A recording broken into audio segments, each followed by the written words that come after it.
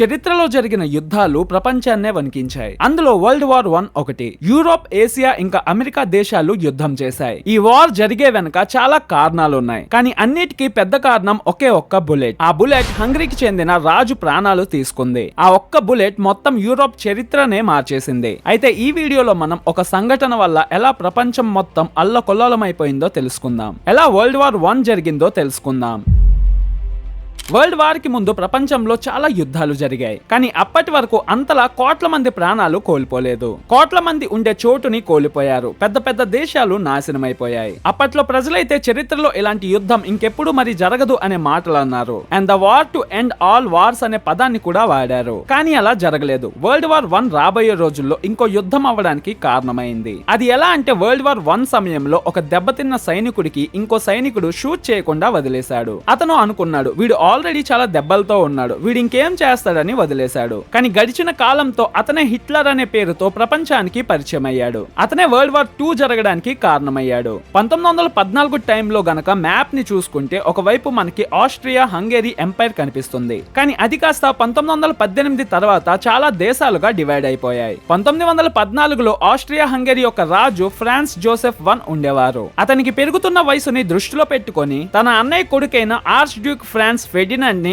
Austria హంగరీకి కాబోయే రాజు అని తీర్మానం ఇచ్చేస్తాడు. దాని తర్వాత ఆర్చ్ డ్యూక్ రాజ్యాన్ని నడిపించే బాధ్యతని తీసుకున్నాడు. అలా ఒక రోజు రాజు ఇంకా తన వైఫ్ సోఫీ కలిసి ఆస్ట్రియా హంగరీ ఎంపైర్ యొక్క సౌత్ లో ఉండే బోస్నియా ఇంకా హెర్గోవినా వెళ్లాల్సి ఉండేది. అయితే బోస్నియా ఆస్ట్రియా హంగరీ ఎంపైర్ యొక్క పార్ట్ కాదు. బెర్లిన్ ఒక ట్రీటీ కారణంగా ఆస్ట్రియా హంగరీ ఇదే అవకాశంగా భావించి బోస్నియా ఇంకా హెర్గోవినాని 2008లో పరిపాలించడం మొదలు పెట్టారు. ఈ కారణం వల్ల బోస్నియాలో ప్రజలకి చాలా కోపం వచ్చింది. అలానే సెర్బియా బోస్నియా దగ్గరగా ఉండడం వల్ల వాళ్ళకి కూడా ఆస్ట్రియా హంగరీ మీద చాలా కోపం వచ్చింది. అలా జరగడం మొదలు బోస్నియాలో చాలా రకాల గ్రూప్స్ కలవడం మొదలయ్యాయి. అండ్ ఆ గ్రూపుల్లో ఒక గ్రూప్ యంగ్ బోస్నియా కూడా ఉండేది. ఆ గ్రూప్ ని బ్లాక్ హ్యాండ్ అని కూడా పిలిచేవారు. అండ్ వాళ్ళు మాకు ఫ్రీడమ్ కావాలి అనే డిమాండ్ చేస్తుండేవారు. తర్వాత వాళ్ళకి ఎప్పుడైతే ప్రిన్స్ ఫ్రాన్స్ ఫెర్డినాండ్ బోస్నియాని ఏలడానికి వస్తున్నాడని తెలిసిందో వాళ్ళు ప్రిన్స్ ని చంపేద్దామని ప్లాన్ వేశారు. ప్రిన్స్ బోస్నియా వెళ్లే టైంలో ఆ బ్లాక్ హ్యాండ్ గ్రూప్ కి చెందిన 19 సంవత్సరాల వ్యక్తి గ్రేవరీలో ప్రిన్సెప్ రాజైన ఫ్రాన్స్ ఫెర్డినాండ్ ఇంకా తన వైఫ్ సోఫీని చంపేస్తాడు.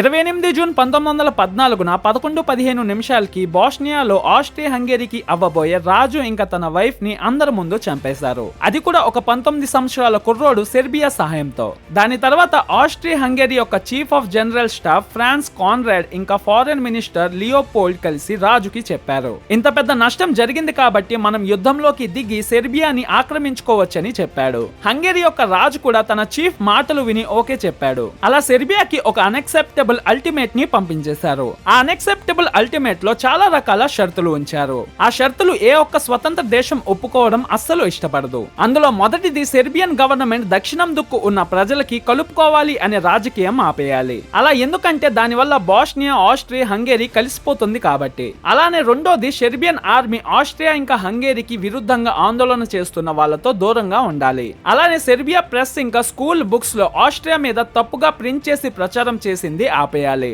వీటన్నిటిలో 6వ షరతు సెర్బియాకి చాలా భయాన్ని పుట్టించింది. అందులో ప్రిన్స్ యొక్క చావుకి కారణమైన వాళ్ళ మీద స్ట్రిక్ట్ ఇన్వెస్టిగేషన్ జరగాలి. అలానే ఆ ఇన్వెస్టిగేషన్ లో ఆస్ట్రియా హంగరీ ఆఫీసర్స్ ని కూడా కలుపుకోవాలి. అలానే వాజిస్లావ్ టాంకోసిక్ ఇంకా మిలాన్ చిగ్నోవిక్ లాంటి వాళ్ళని కూడా అరెస్ట్ చేయాలని చెప్పారు. ఎందుకంటే వాళ్ళు కూడా ఆ చావుకి కారణమని బయటపడ్డారు. ఇదంతా పక్కన పెడితే ఇప్పటి వరకు మనం మాట్లాడుకున్న ఆ అల్టిమేటం ఒక సమాధానం సెర్బియా 48 గంటల్లో ఇవ్వాలని చెప్పారు. యుద్ధం గురించి ఎలాంటి పాయింట్ అందులో లేదు, కానీ వాటిని ఒప్పుకోపోతే యుద్ధం జరగడం ఖాయమని డౌట్ పడ్డారు. అండ్ జరిగింది కూడా అదే. 25 జూలై 1914న సెర్బియా తన రిప్లై ని పంపించింది. అందులో సెర్బియా దేనికి తలవంచమని నిలదీసినట్టు చెప్పింది. 28 జూలై 1914న ఆస్ట్రో హంగేరియన్ సెర్బియా మీద యుద్ధం అనౌన్స్ చేసేసింది. అయితే రెండు దేశాల మధ్య వార్ జరుగుతుంటే మిగతా యూరోపియన్ ఇంకా ఏషియన్ దేశాలు ఎందుకు వచ్చుంటాయి? 1914 సమయం అది. అన్ని యూరోప్ దేశాలు వాళ్ళ టెరిటరీని బలంగా మారుస్తున్నాయి. అందరూ వాళ్ళ మిలిటరీని స్ట్రాంగ్ గా చేసే ప్రయత్నంలో ఉన్నారు.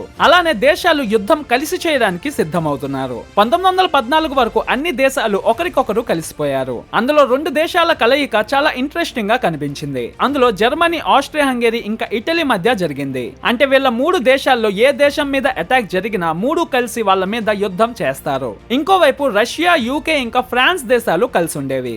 ఎప్పుడైతే యుద్ధం మొదలైందో అప్పుడు ఆస్ట్రియా హంగేరీ ఇటలీ ఇంకా జర్మనీ దేశాల చెయ్యి పట్టుకుంది. అయితే ఇక్కడ జర్మనీ ఇంకా హంగేరీకి మంచి రిలేషన్షిప్ ఉండేది. కానీ ఇటలీ మాత్రం యుద్ధంలో అడుగు పెట్టమని చెప్పేసింది. అలానే ఇటలీ చెప్పినట్టు వాళ్ళు కలిసి ఉన్న 3 దేశాల మధ్య ఎవరైనా యుద్ధం చేస్తే వాళ్ళ మీద అటాక్ చేయాలి, కానీ అలా వేరే దేశాల మధ్య అటాక్ చేయకూడదని చెప్పింది. కానీ ఆల్రెడీ హంగేరీ సెర్బియా మీద జరుగుతున్న విషయాల్లో మధ్యకి రాకూడదని రష్యాతో ఒక డీల్ జరిగింది. కానీ రష్యాలో ఉన్న స్లావిక్ ప్రజలు చాలా ఆందోళన చేసి సెర్బియాకి హెల్ప్ చేయమన్నారు. ఎందుకంటే సెర్బియాలో ఉన్న చాలా మంది స్లావిక్ ప్రజలు ఉన్నారని. అలా రష్యాకి చాలా ఇబ్బందికరంగా ఆ యుద్ధంలోకి దిగాల్సి వచ్చింది. రష్యా యుద్ధంలోకి దిగడానికి ఇంకో రాజకీయం కారణం కూడా ఉంది. Actually Ottoman empire already Black Sea మీద హక్కుని ఉంచింది. ఒకవేళ సెర్బియా ఓడిపోతే ఓటమన్ ఎంపైర్ బ్లాక్ సీ ని మొత్తం లాక్కుంటుంది. రష్యా యొక్క మొత్తం ఎక్స్పోర్ట్ ట్రాన్స్పోర్ట్ బ్లాక్ సీ మీదగానే జరగాలి కాబట్టి రష్యా ఆ యుద్ధంలోకి దిగడం ఎకనామికలీ కరెక్ట్ అనే భావించింది. అలా రష్యా యుద్ధంలోకి దిగడం వల్ల ట్రిపుల్ ఆంటెంట్ లో ఉన్న యూకే ఇంకా ఫ్రాన్స్ కి సహాయం అడిగింది. కానీ యూకే మాత్రం రష్యా రాజకీయం పరంగా ఆలోచించింది కాబట్టి వాళ్ళు యుద్ధంలోకి వెళ్తే వెళ్ళని అంటూ భావించింది. అలా ఫ్రాన్స్ సైలెంట్ గా ఉండడం వల్ల జర్మనీ చాలా టెన్షన్ లో పడిపోయింది.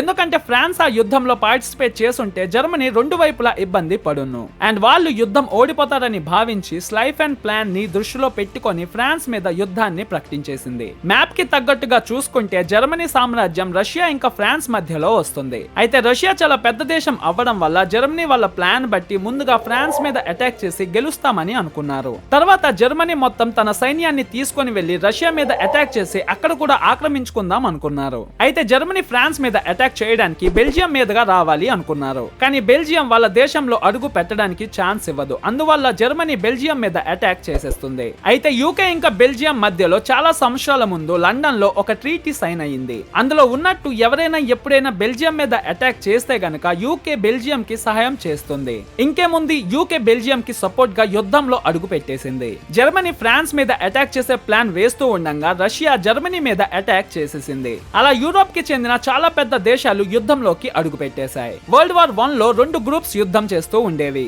ఒక గ్రూప్ లో జర్మనీ, ఆస్ట్రియా హంగేరీ ఇంకా ఒట్టమన్ ఎంపైర్ ఉన్నాయి. ఇంకో గ్రూప్ లో UK, France, Italy, Russia, Serbia ఉన్నాయి. ఈ యుద్ధంలో తర్వాత అమెరికా ఇంకా జపాన్ కూడా చేరిపోయాయి. అలానే యూకే ఇంకా జర్మనీ యొక్క టెరిటరీస్ కూడా ఆ యుద్ధంలో చేరిపోయాయి. అందులో న్యూజిలాండ్, సౌత్ ఆఫ్రికా, రొనేషియా, Romania, Greece, Belgium, Canada, Serbia, Portugal, Montenegro ఇంకా పోలాండ్ లాంటి దేశాలు చేరాయి. ఇండియా కూడా వార్ లో దిగింది. ఎందుకంటే అప్పట్లో ఇండియా మీద బ్రిటిష్ రాజ్యం నడిచేది. ఇండియా అని ఎందుకు చెప్పాను అంటే బ్రిటిష్ వాళ్ళు వాళ్ళ సైనికుల కన్నా ఎక్కువ ఇండియన్ సైనికుల్ని యుద్ధంలోకి పంపించారు. యుద్ధం సమయంలో జర్మనీ వాళ్ళ అన్ని సబ్మెరీన్స్ ని నీళ్లలోకి పంపించేసింది. అలా పంపించి యూకే యొక్క సముద్రపు సైనికుల్ని చంపడానికి. కానీ జర్మనీ తప్పుగా యూకే ఒక షిప్ ని పేల్చేసింది. అందులో అమెరికాకి చెందిన 128 మంది పాసింజర్స్ యూకే నుంచి అమెరికా వెళ్తుండేవారు. అలా జరగడం వల్ల ఆ షిప్ లో ఉన్న వాళ్ళందరూ చనిపోయారు.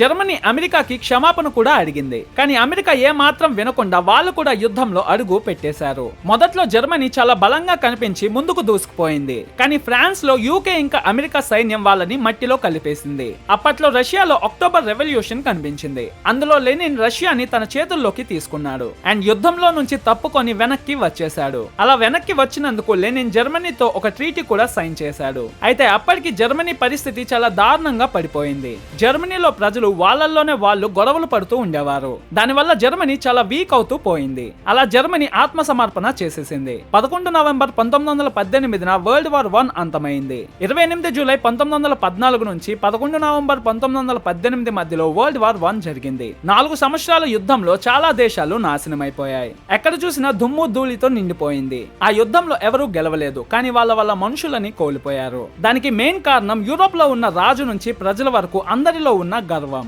వాళ్ళు కేవలం మా దేశమే గొప్ప అనుకునేవారు. మిగతా అన్ని దేశాలని చిన్న చూపుగా చూస్తుండేవారు. అలా యూరోప్ లో నేషనలిజం పెరిగిపోయింది. ప్రజలు వాళ్ళ దేశాన్ని బలంగా చూపించాలని వరల్డ్ వార్ 1 లో చేరి యుద్ధాన్ని ఇంకా పెద్దది చేసేశారు. వాళ్ళని చూసి మిగతా దేశాలు ఏ దేశమైతే చిన్నగా కనిపిస్తే ఆ దేశాలని ఆక్రమించుకునేవారు. కేవలం ఆక్రమించి వాళ్ళ దేశంలో కలుపుకోవడమే కాదు, ఆక్రమించుకున్న దేశాల సంపదని దోచుకునేవారు. ఎగ్జాక్ట్లీ మనతో బ్రిటన్ చేసినట్టు భారతదేశాన్ని బ్రిటన్ ఆక్రమించుకుంది. అలా మన సంపదని చాలా వరకు దోచుకుంది. అలా 1914లో యూరోప్ కన్ను ఆఫ్రికా ఇంకా ఏషియా దేశాలని దోచుకునే విధంగా ఉండేది. ఇవన్నీ చూస్తున్న దేశాలు వాళ్ళ సైనికుల బలాన్ని పెంచుకునే విధంగా సాగాయి. ప్రపంచ యుద్ధం కారణంగా చాలా దేశాల దగ్గర ఉన్న డబ్బులు అయిపోయాయి. ఇంకా చెప్పాలి అంటే ప్రపంచ యుద్ధం అయిపోయాక చాలా దేశాల డబ్బు విలువ పడిపోయింది. అలానే ప్రపంచ యుద్ధం తర్వాత పిల్లలు పుట్టే సంఖ్య తగ్గిపోయింది. ఎందుకంటే యువ సైనికులు యుద్ధంలో చనిపోయేవారు. అలా ప్రజలు వాళ్ళ భూమిని ఇంకా ఉండే ఇళ్లని పోగొట్టుకొని బయట దేశాల్లో బ్రతకడానికి వెళ్లిపోయేవారు. కానీ అప్పట్లో అన్నిటికన్నా పెద్ద చేంజ్ ఆడవాళ్ళలో కనిపించింది. యుద్ధంలో మగవాళ్ళు ఉంటే ఆడవాళ్ళు ఆఫీస్ ఇంకా ఫ్యాక్టరీస్ లో పనిచేయడం మొదలు పెట్టారు. అయితే వరల్డ్ వార్ 1 మొదటి యుద్ధంగా చరిత్రలో నిలిచింది. అందులో 20 మిలియన్ అంటే 2 కోట్ల మంది చనిపోయారు. అలానే 21 మిలియన్ ప్రజలు గాయాల పాలయ్యారు. చనిపోయే వాళ్ళలో సగం మంది సైనికులైతే మిగతా సగం మంది ప్రజలు ఉన్నారు. వరల్డ్ వార్ 1 యూరోప్ దేశాన్నే కాదు ప్రపంచాన్ని అతలాకుతలం చేసేసింది. 1914లో భారతదేశం బ్రిటన్ అండర్ లో ఉండేది. కానీ వాళ్ళ అత్యాచారాల వల్ల ఇక్కడ కూడా రెవల్యూషన్ మొదలైంది. 1915లో గాంధీ గారు స్వతంత్రం కావాలి అనే ఆందోళన చాలా జరిగింది. కానీ అప్పటికి మన దేశపు 15 లక్షల మంది సైనికులు యుద్ధంలోకి తీసుకుని వెళ్లారు. బ్రిటన్ సైనికులు చిన్న చిన్న యుద్ధాల్లో ఉంటే మన దేశపు సైనికులు మాత్రం ఆఫ్రికా ఇంకా మిడిల్ ఈస్ట్ వైపు పంపించేశారు. మన వాళ్ళకి ఏమనిపించింది అంటే వాళ్ళకి సైన్యంగా సపోర్ట్ చేస్తే మనల్ని వదిలేస్తారని అనుకున్నారు. కేవలం 30,000 మంది మాత్రమే భారతదేశం తిరిగి వచ్చారు. మన సైనికుల త్యాగాన్ని గుర్తించి బ్రిటిష్ వాళ్ళు ఢిల్లీలో ఆల్ ఇండియా మెమోరియల్ ని కట్టించారు. దాన్ని ఇప్పుడు మనం ఇండియా గేట్ గా పిలుస్తున్నాం. ఈ వీడియో మీకు నచ్చిందనుకుంటున్నా. నచ్చితే వరల్డ్ వార్ 1 మీద మీ ఉద్దేశాన్ని కామెంట్స్ లో చెప్పండి. వీడియోని ఒక లైక్ చేసి తప్పకుండా మీ ఫ్రెండ్స్ అండ్ ఫ్యామిలీ మెంబర్స్ కి షేర్ చేయండి. నా ఎక్స్ప్లెనేషన్ మీకు నచ్చినట్టయితే ఛానల్ ని సబ్స్క్రైబ్ చేసి బెల్ ఐకాన్ ని యాక్టివేట్ చేసుకోండి. Thank you. కోహినూర్ డైమండ్ యొక్క హిస్టరీ తెలుసుకోవాలి అంటే ఈ వీడియో మీద క్లిక్ చేసి చూడండి.